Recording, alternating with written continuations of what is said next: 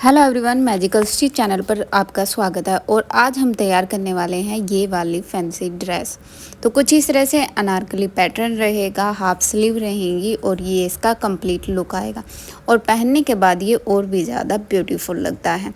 तो इसके लिए हमने सबसे पहले लाइनिंग ली है और लाइनिंग हमने पहले ही धो ली है, प्रेस कर लिया, अच्छे से आपको एडजस्ट कर लेनी है। उसके बाद जितनी भी आपकी हाइट है ऊपर का योक पार्ट लेने के लिए, अगर आपकी हाइट कम है तो आप 13 से 14 इंच अपने अकॉर्डिंग ले सकते हैं। जहाँ पर आप कमर का निशान लगाते हैं वहाँ तक आपको नाप लेना है और उसके बाद 1 इंच आपको एक्स्ट्रा लेना है। अब जितना आपका शोल्डर है आपको उतना यहाँ पर ऊपर ले लेना है।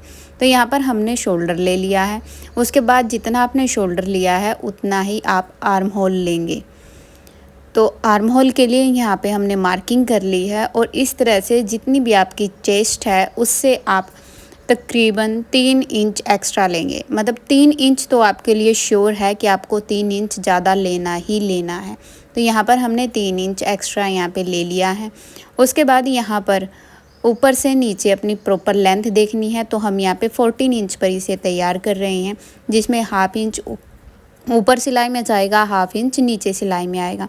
यहाँ पर जितनी भी आपकी बैक है उतना आपको मार्क कर लेना है एग्जैक्ट।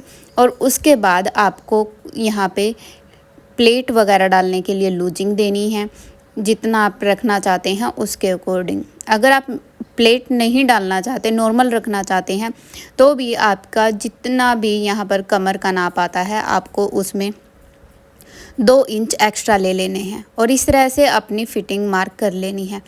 यहाँ पर कोई ज़रूरी नहीं है कि आप शेप पट्टी का यूज करें। अगर आप चाहें तो यहाँ पर अपना इंची टेप रखकर भी ये मार्किंग कर सकते हैं। तो इस तरह से हल्की सी गोलाई में ये मार्किंग रखनी है, बिल्कुल स्ट्रेट नहीं होनी चाहिए।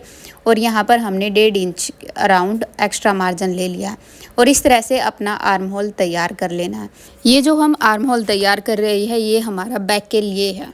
तो इस तरह से कंप्लीट आपको मार्किंग कर लेनी है और उसके बाद इसकी कटिंग कर लेनी है। कटिंग आपको बिल्कुल पॉइंट टू पॉइंट करनी है। और यहाँ पर आप देखिए, फ़िलहाल हमने पॉइंट टू पॉइंट कटिंग की है इसकी।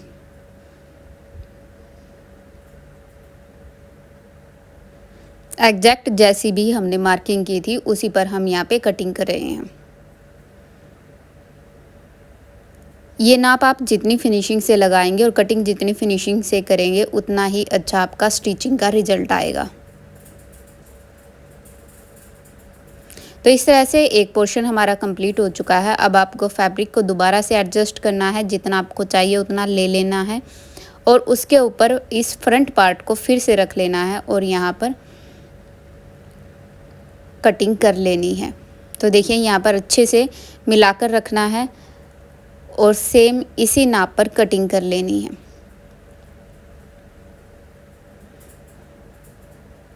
अब यहाँ पर हम नीचे कटिंग कर रहे हैं। थोड़ा सा आगे बढ़ने के बाद हम इसमें हल्का सा डाउन देंगे, हाफ इंच का हम इसे ऊपर की ओर लेके जाएंगे।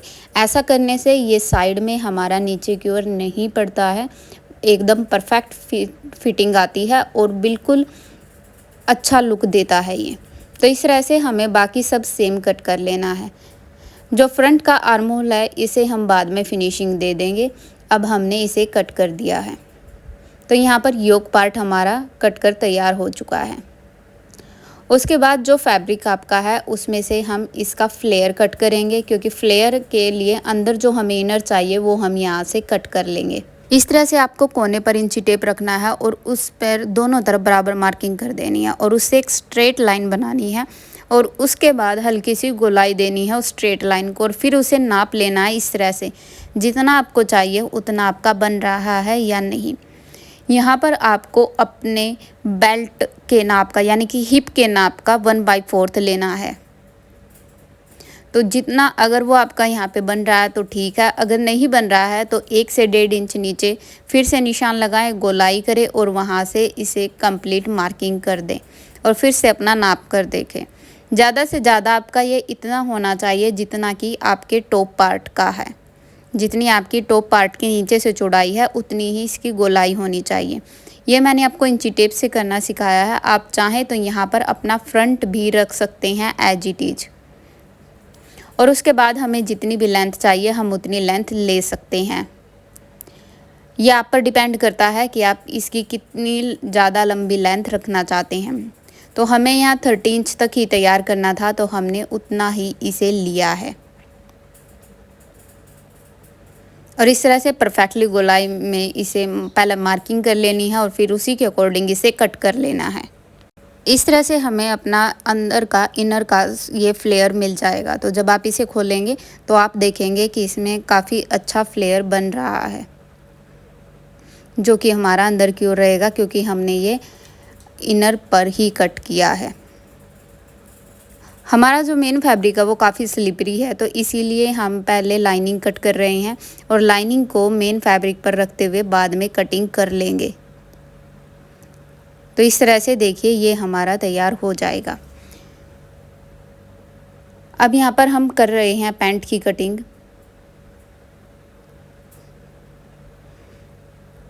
तो इस तरह से जितनी भी आपको लेंथ लेनी है उसके अकॉर्डिंग आप लेंथ ले सकते हैं। 1 इंच आपको ऊपर की ओर रखना है ताकि आप बेल्ट वगैरह तैयार कर सकें, और उसके बाद बाकी यहाँ पर प्रॉपर लेंथ जितनी आपको चाहिए आप उतनी ले सकते हैं।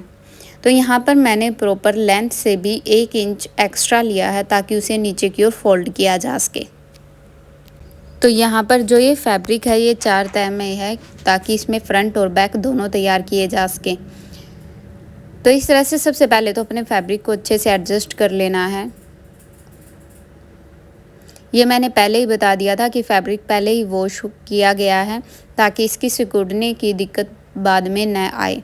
तो इस तरह से जितना भी आपका हिप साइज़ है उससे आपको यहाँ पर 2 इंच एक्स्ट्रा ले लेना है और यहाँ पर इस तरह से मार्किंग कर लेनी है। ऊपर आपको स्ट्रेट लाइन बना लेनी है। तो यहाँ पर मैं बता दूँ आपको, जो फ्रंट है वो एग्जैक्ट नाप का है और जो बैक है वो पीछे की ओर लंबा है। तो इस तरह से जितना आपने ऊपर हिप लिया है, जितनी आपने ऊपर की मार्किंग की है, इतनी आपको यहाँ पर मार्किंग करनी है अपने आसन के लिए। अब जितनी आपकी लेंथ ऊपर बन रही थी इतनी ही लेंथ आपको नीचे ले लेनी है और इस तरह से अपने फैब्रिक को अच्छे से स्ट्रेट कर लेना है यदि आप प्रेस से इसे अच्छे से स्ट्रेट नहीं कर पाए हो।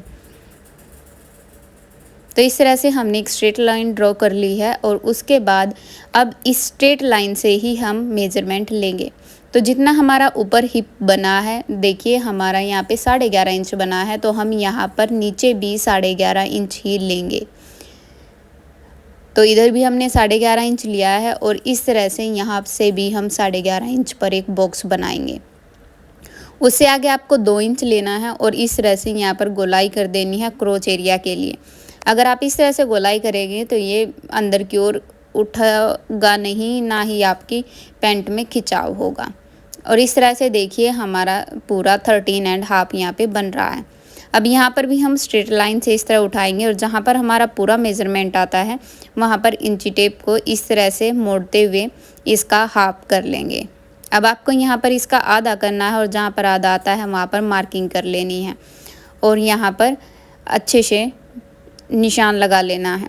उसके बाद अगर आप चाहें तो आप इंची टेप की मदद से इन लाइंस को मिला सकते हैं या फिर आप चाहें तो यहाँ पर शेप पट्टी का भी यूज कर सकते हैं। जितनी आपको मोहरी बनानी है उसके अकॉर्डिंग आप दोनों तरफ मार्किंग कर सकते हैं। तो यहाँ पर हमने 3-3 इंच की मार्किंग की है दोनों तरफ और अब यहाँ पर शेप पट्टी का यूज करेंगे या फिर आप इंची टेप का भी यूज कर सकते हैं और इस तरह से लाइन को मिला सकते हैं। याद रखना, आप जो ये लाइन ड्रॉ कर रहे हो इसमें बहुत ज़्यादा गोलाई आपको नहीं लेनी है। अगर आप बहुत ज़्यादा गोलाई लोगे तो ये यहाँ पर आपका अच्छे से फिनिशिंग नहीं आएगा। तो इस तरह से ये हो जाएगा। यहाँ पर हल्का सा कोना दिख रहा है तो वहाँ पर हम इस तरह से मार्किंग कर देंगे ताकि वो कोना विजिबल ना हो, उसे गोलाई के साथ लेना है। तो इस तरह से हमारा फ्रंट यहाँ पे तैयार हो चुका है। आप चाहें तो इस पर ऐसे ही कट कर सकते हैं। तो यहाँ पर हम इसकी कटिंग कर रहे हैं। ये कटिंग आपको बिल्कुल ध्यान से करनी है। जितना भी आप, ये मैंने आपको पहले भी बोला है, जितनी आप फिनिशिंग के साथ कटिंग करेंगे उतनी ही अच्छी आपकी स्टिचिंग भी होती है, क्योंकि इसका यहाँ पर सिलाई में सारा खेल कटिंग पर डिपेंड करता है। तो यहाँ पर अच्छे से फिनिशिंग देते हुए हम यहाँ पर इसकी कटिंग को कंप्लीट कर लेंगे। अगर आपको हमारी वीडियोज़ पसंद आती है तो आप लाइक एंड शेयर करें, हमारे चैनल को सब्सक्राइब करें और अगर आप किसी टॉपिक पर वीडियो चाहते हैं तो आप कमेंट बॉक्स में ज़रूर बताएं। हम कोशिश करेंगे जल्द से जल्द आपके लिए उस टॉपिक पर वीडियो लेकर आएँ। तो इस तरह से आपको यहाँ पे ये कटिंग कंप्लीट कर लेनी है और ऊपर से 2.5 इंच, सबसे पहले तो इसमें आपको 1 इंच का डाउन देना है इस तरह से, और उसके बाद जहाँ पर आपने इंच का डाउन दिया है उससे ऊपर 2.5 इंच पर मार्किंग कर लेनी है और इस तरह से इसे तिरछा कट करना है ऊपर 2.5 इंच तक। उसके बाद आगे 2-2 इंच का हमें मार्किंग कर लेनी है। तो इस तरह से 2-2 इंच पर हमने यहाँ पे मार्किंग कर दी और अब यहाँ पर अपने बॉटम को उठाकर एग्जैक्ट उसी नाप पर आपको रखना है और यहाँ पर कटिंग कर लेनी है। यहाँ पे मैंने वो जो 1 इंच का डाउन किया था वो हटाया है अभी, और उसके बाद अब जो मेन यहाँ पे आएगा बिल्कुल इससे मिलाकर आपको यहाँ पे कटिंग कर लेनी है। इससे आपको कुछ भी एक्स्ट्रा नहीं लेना है, सेम एग्जैक्ट यही रखना है और कटिंग कर लेनी है।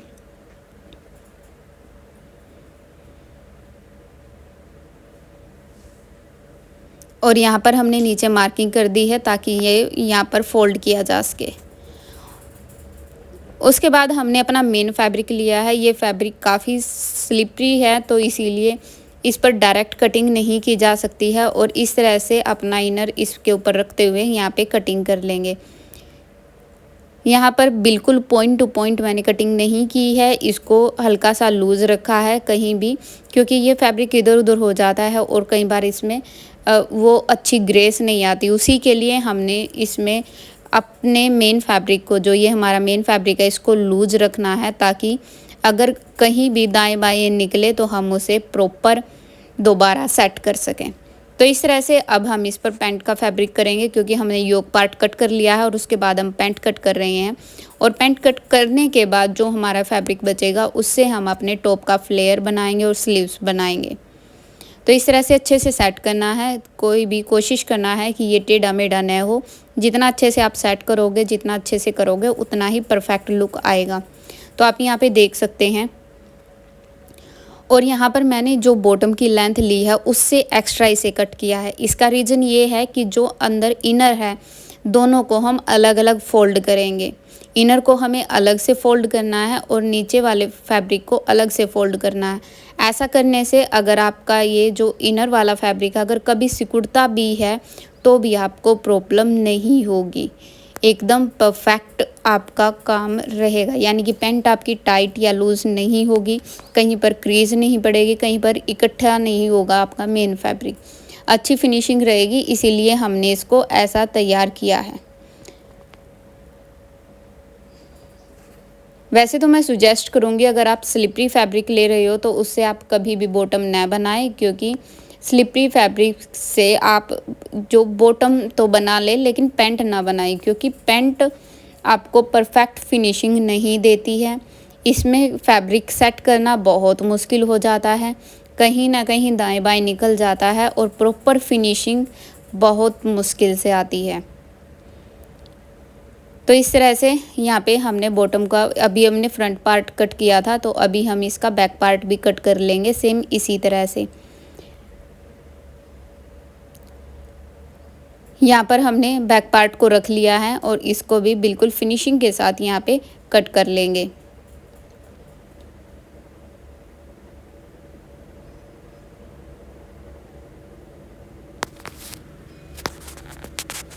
अब बारी है स्लीव्स की। तो स्लीव्स के लिए हमने अपना फैब्रिक इस तरह ले लिया, ये 4 फोल्ड में है, हमारी दोनों स्लीव्स यहाँ से बन जाएंगी। तो स्लीव्स की जितनी आपको लेंथ चाहिए सबसे पहले तो आपको वो लेनी है,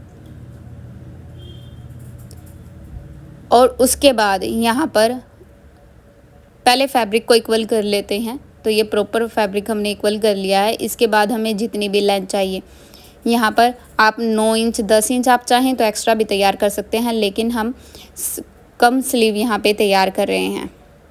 तो इस तरह से आप देखिए हमने 13.5 पर मार्किंग कर दी है, क्योंकि ½ इंच आगे सिलाई में जाएगा ऊपर की ओर और नीचे 2 इंच के तकरीबन नीचे फोल्ड करने में काम आएगा। तो हमने 10 इंच की यहाँ पे तैयार कर दी है।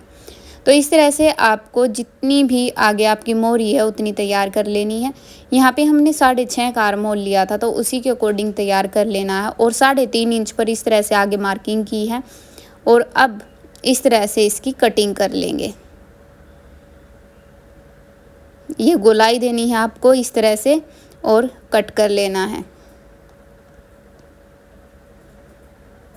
आगे भी जितनी आपको स्लीव्स तैयार करनी है, तो हमने 6 इंच की स्लीव तैयार की है मोहरी के लिए और उसके बाद 1.5 से 2 इंच आप यहाँ पे एक्स्ट्रा मार्जिन दे सकते हैं, जितना आपको अप्रोप्रिएट लगे, और इस तरह से एक स्ट्रेट लाइन बनाएं और यहाँ पर कट कर लें।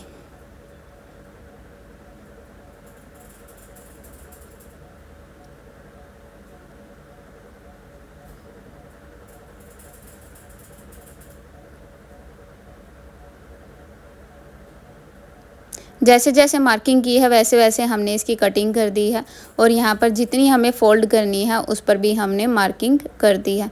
तो देखिए इस तरह से हमारी स्लीव तैयार हो जाएगी। अब यहाँ पे हमने मेन फैब्रिक लिया है और अब हम मेन फैब्रिक के ऊपर अपने इन स्लीव्स के पार्ट को रखेंगे और यहाँ पर कट कर लेंगे।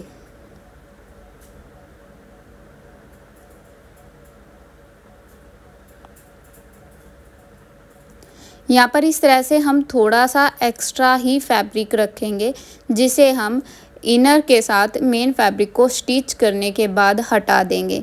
हम इसे पहले नहीं हटाएंगे।